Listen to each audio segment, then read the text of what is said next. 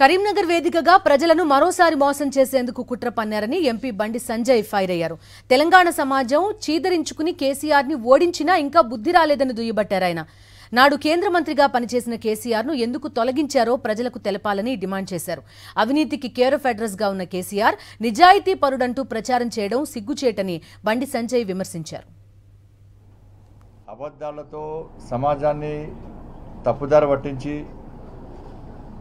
10 సంవత్సరాలు రాజ్యమేలి కనీసం ప్రజలు చీదరించుకున్న తర్వాత చీగొట్టిన తర్వాతనన్నా కనీసం మార్పు వస్తుందని చెప్పి తెలంగాణ సమాజం భావించింది. అయినప్పుడు కూడా బుద్ధి లేకుండా బుద్ధి రాకుండా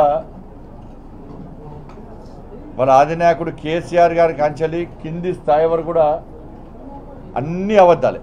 ఆ పార్టీ ప్రజాదరణ కోల్పోయింది. ఆ పార్టీని ఎవరు పట్టించుకుంటలేరు. ఆ పార్టీ సింబల్ మీద పోటీ చేయడానికి అభ్యర్థులే కరువయ్యారు.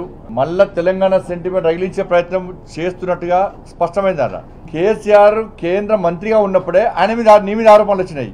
నువ్వు ఇంకోని నిజాయితీ నిజాయితీ పట్ల చెప్పే అర్హత నీకు లేదు. అసలు నువ్వు పెద్ద అవినీతి పరువు. నువ్వు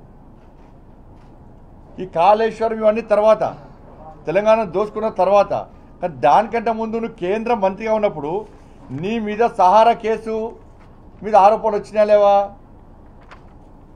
ఈఎస్ఐ కేసు వచ్చిందా లేదా నీ మీద? ఇవన్నీ నీ మీద వచ్చిన ఆరోపణలు లేవా నీ మీద? వీటి మీద ఇంతవరకు స్పందించలే. అందుకే మన్మోహన్ సింగ్ గారు ఫోన్ చేసి నేను రాజీనామా చేయమని చెప్పిన తర్వాత 2 రోజులు టైంపాస్ చేసి ఈ అవినీతి ఆరోపణ నుంచి, నీ నిర్లక్ష్యం గురించి, నీ తాగుడు గురించి ప్రజల దృష్టి మళ్లించడానికి తెలంగాణ నినాదం తీసుకొచ్చింది వాస్తవమా కాదా?